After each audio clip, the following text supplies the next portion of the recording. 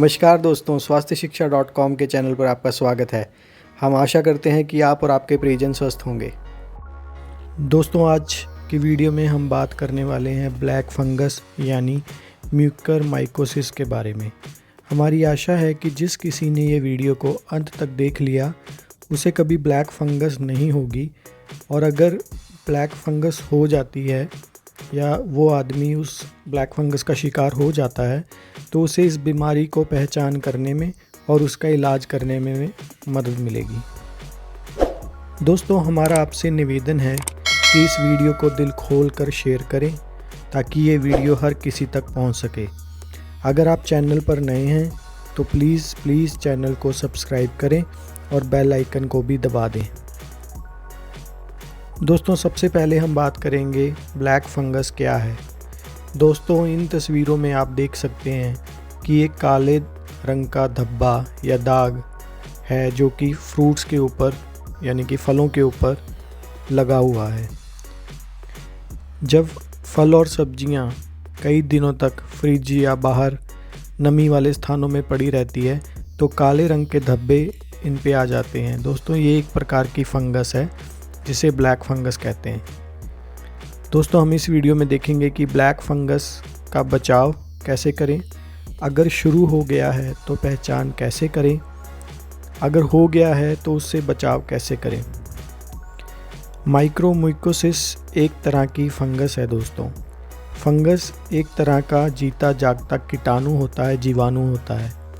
ये बहुत ही सूक्ष्म होता है जो कि नंगी आँखों से नहीं देखा जा सकता।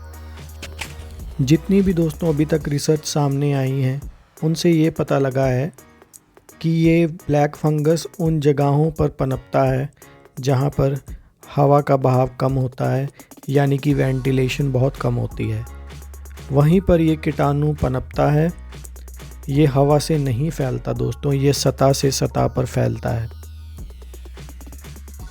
दोस्तों, आपको ये जानकर बहुत हैरानी होगी कि ये कीटाणु बहुत पुराना है, बहुत समय से हमारे बीच में है। ये कोई नया कीटाणु नहीं है, नई फंगस नहीं है। यह सुनने में आजकल ज़्यादा आ रहा है कि जिन लोगों को कोरोना के इलाज में स्टेरॉइड्स ज़्यादा इस्तेमाल किए गए हैं उन्हें ब्लैक फंगस हुई है। दोस्तों, स्टेरॉइड से हमारी रोग प्रतिरोधक क्षमता कम होती है, जिससे ये जीवाणु आपके शरीर में घुस जाता है और आपको अपना शिकार बनाता है। यह परजीवी ऑर्गेनिक मैटर पर पनपता है।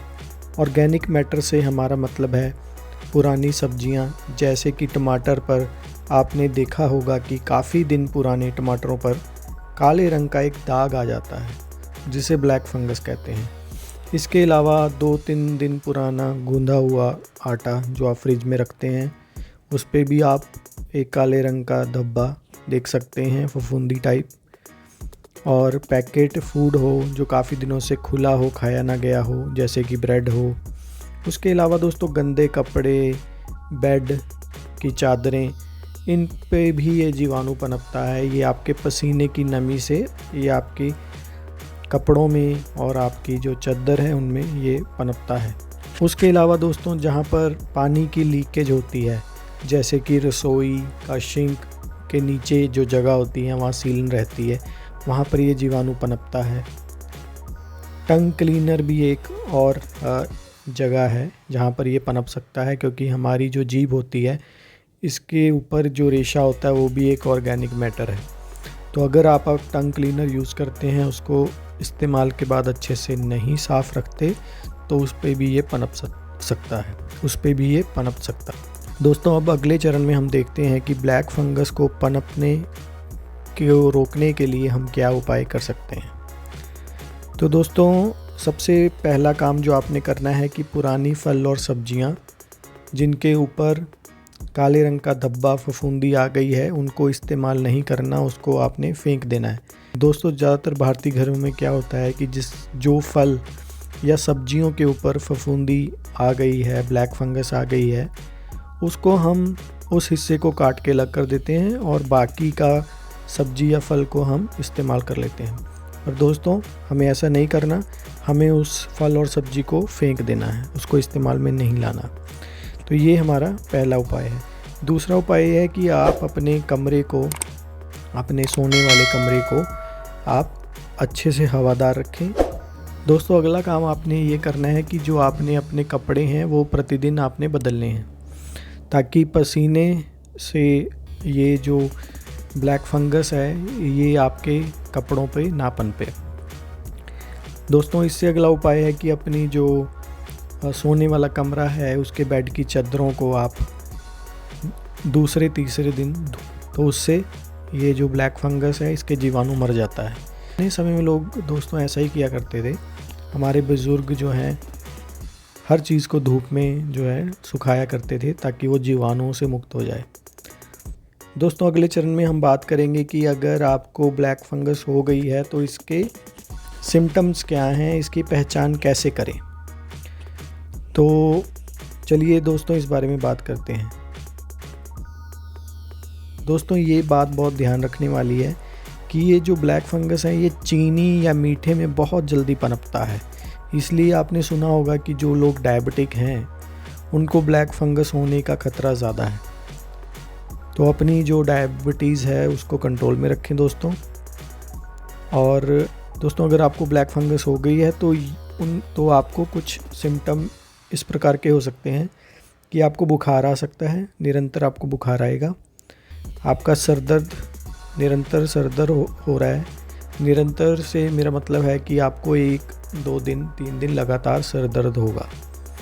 आँखों में सूजन या दर्द आ गया, ये भी एक ब्लैक फंगस का जो है पहचान है।